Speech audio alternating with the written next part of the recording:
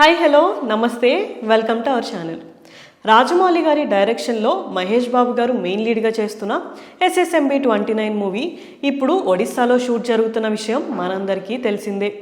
అయితే ఈ మూవీ గురించి ఎలాంటి ఇన్ఫర్మేషన్ అనేది లేదు. నార్మల్గా రాజమౌళి గారు ఏ మూవీ షూటింగ్ అయినా స్టార్ట్ చేసేటప్పుడు ఒక ప్రెస్ మీట్ అయితే కండక్ట్ చేస్తారు. కానీ ఈ మూవీని మాత్రం చాలా సీక్రెట్గా ప్లాన్ చేశారు. కానీ ఈ మూవీ స్టార్ట్ అయినప్పటి నుంచి కూడా ఏదో ఒక ఇన్ఫర్మేషన్ బయటికి వచ్చేస్తూనే ఉంది. రీసెంట్గా ఈ మూవీ షూటింగ్ లొకేషన్ నుంచి ఒక వీడియో క్లిప్ లీక్ అయిన విషయం మనందరికీ తెలిసిందే.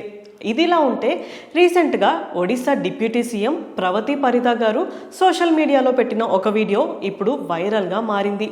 అయితే ఆ వీడియోలో ఆవిడ అక్కడ టూరిజం గురించి చాలా ప్రౌడ్గా మాట్లాడుతూనే ఈ మూవీలో ఎవరెవరు యాక్ట్ చేస్తున్నారు అన్నది రివీల్ చేసేశారు.